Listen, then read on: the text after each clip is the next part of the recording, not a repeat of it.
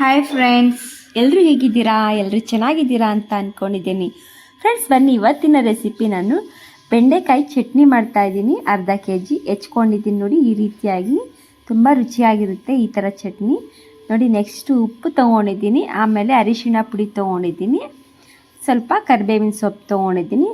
Next ನೋಡಿ, ನಾನು ಇದಕ್ಕೆ ತೆಂಗಿನಕಾಯಿ ತೊಗೊಂಡಿದ್ದೀನಿ, ಆಮೇಲೆ 3-4 ಹಸಿಮೆಣ್ಸಿನ್ಕಾಯಿ ತೊಗೊಂಡಿದ್ದೀನಿ, ಒಂದು ಸ್ವಲ್ಪ ಜೀರಿಗೆ, 1-2-3 ಬೆಳ್ಳುಳ್ಳಿ ಸಿಪ್ಪೆ ತೆಗೆದಿಟ್ಕೊಂಡಿದ್ದೀನಿ, ಸ್ವಲ್ಪ ಕೊತ್ತಂಬರಿ ಸೊಪ್ಪು ತೊಳೆದಿಟ್ಕೊಂಡಿದ್ದೀನಿ.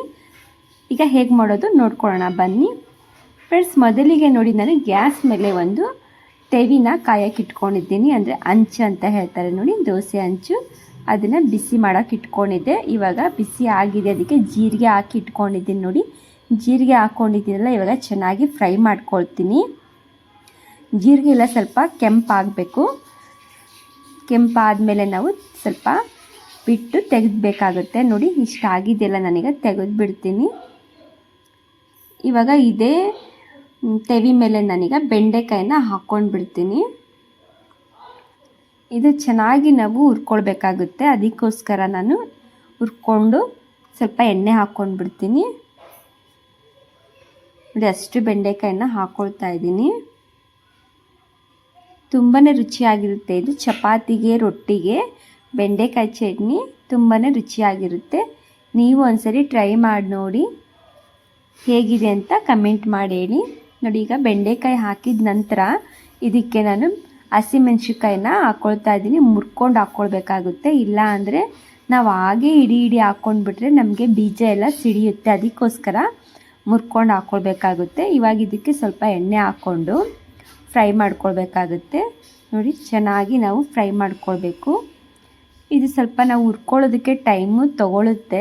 ಇದೆಲ್ಲ ಚೆನ್ನಾಗಿ ಇದ್ರೊಳಗೆ ಲೋಳೆ ಇರುತ್ತೆ ನೋಡಿ, ಲೋಳೆ ಅಂಶ ಎಲ್ಲ ಹೋಗಬೇಕು ನಮಗೆ. ಅಲ್ಲಿ ತನಕ ನಾವು ಚೆನ್ನಾಗಿ ಇದನ್ನು ಹುರ್ಕೊಳ್ಬೇಕು ನೋಡಿ. ಇನ್ನೂ ನನಗೆ ಲೋಳೆ ಇದೆ ಅಂತ ಅನ್ನಿಸ್ತದೆ, ಇನ್ನೂ ಹಸಿ ಇದೆ ನೋಡ್ಬೋದು ನೋಡಿ. ಇನ್ನೊಂದು ಸ್ವಲ್ಪ ಹುರ್ಕೊಂಡು ಬಿಡ್ತೀನಿ. ಈ ಬೆಂಡೆಕಾಯಿ ಅಂತೂ ತುಂಬಾ ಒಳ್ಳೆಯದು, ಡಯಾಬಿಟಿಸ್ ಇದ್ದವ್ರಿಗಂತೂ ತುಂಬ ಒಳ್ಳೆಯದಾಗುತ್ತೆ. ಈ ಥರ ಏನಾದರೂ ನಾವು ಬೆಂಡೆಕಾಯಿಂದ, ಬೆಂಡೆಕಾಯಿ ಸಾಂಬಾರು ಆಯಿತು, ಬೆಂಡೆಕಾಯಿ ಪಲ್ಯ, ಬೆಂಡೆಕಾಯಿ ಚಟ್ನಿ, ಯಾವುದಾದ್ರೂ ಡಯಾಬಿಟಿಸ್ ಇದ್ದವ್ರಿಗೆ ಈ ಥರ ನೀವು ಮಾಡಿಕೊಟ್ರೆ ಬೆಂಡೆಕಾಯಲ್ಲಿ ಡಯಾಬಿಟಿಸ್ ಸ್ವಲ್ಪ ಶುಗರ್ ಲೆವೆಲ್ ಕಡಿಮೆ ಆಗುತ್ತೆ. ನೋಡಿದ್ರಲ್ಲ, ಈ ರೀತಿಯಾಗಿ ನಾನು ಬೆಂಡೆಕಾಯಿನ ಹುರಿದಿಟ್ಕೊಂಡಿದ್ದೀನಿ. ನೋಡ್ಬೋದು ನೀವು, ಈ ಥರ ಬಂದಿದೆ ನೋಡಿ. ಈ ಥರ ನಾವು ಹುರಿದಿಟ್ಕೊಂಡ್ರೆ ಇದರಲ್ಲಿ ಲೋಳೆ ಅಂಶ ಎಲ್ಲ ಹೋಗಿರುತ್ತೆ. ನೋಡ್ತಾ ಇದ್ದೀರಲ್ಲ ಯಾವ ಥರ ಹುರಿದಿಟ್ಕೊಂಡಿದ್ದೀನಿ ಅಂತ. ಇವಾಗ ಇದಕ್ಕೆ ನಾನು ಒಂದು ಮಿಕ್ಸಿ ಜಾರ್ ಇಟ್ಕೊಂಡಿದ್ದೀನಿ. ಇದಕ್ಕೆ ಬೆಳ್ಳುಳ್ಳಿ ತೊಗೊಳ್ತಿದ್ದೀನಿ, ಹಾಗೆ ಕೊತ್ತಂಬರಿ ಸೊಪ್ಪು, ಆಮೇಲೆ ತೆಂಗಿನಕಾಯಿ ಹಾಕ್ಕೊಳ್ತಾ ಇದ್ದೀನಿ. ನೆಕ್ಸ್ಟ್ ಇವಾಗ ಇದಕ್ಕೆ ಜೀರಿಗೆ ಹಾಕ್ಕೊಳ್ತೀನಿ.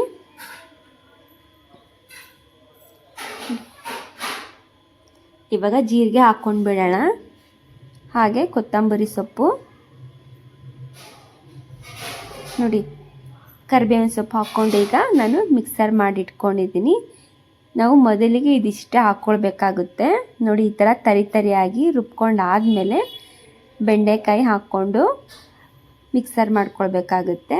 ನಾವು ಮೊದಲಿಗೆ ಎಲ್ಲನೂ ಹಾಕ್ಕೊಂಡ್ಬಿಟ್ರೆ ಅದು ತೆಂಗಿನಕಾಯಿ ಮತ್ತು ಜೀರಿಗೆ, ಬೆಳ್ಳುಳ್ಳಿ ಅದೆಲ್ಲ ನಮಗೆ ಸವಿಯೋದಿಲ್ಲ. ಅದಕ್ಕೋಸ್ಕರ ಫಸ್ಟು ಅದಷ್ಟು ಹಾಕ್ಕೊಳ್ಬೇಕಾಗುತ್ತೆ, ಆಮೇಲೆ ಬೆಂಡೆಕಾಯಿ ಹಾಕ್ಕೊಳ್ಬೇಕು. ಬೆಂಡೆಕಾಯಿ ಹಾಕ್ಕೊಂಡಿದ್ದೀನಿ, ಆಮೇಲೆ ಸ್ವಲ್ಪ ಉಪ್ಪು ಹಾಕ್ಕೊಂಡಿದ್ದೀನಿ, ಆಮೇಲೆ ನೋಡಿ ಅರಿಶಿಣ ಪುಡಿ ಹಾಕ್ಕೊಳ್ತಾ ಇದ್ದೀನಿ.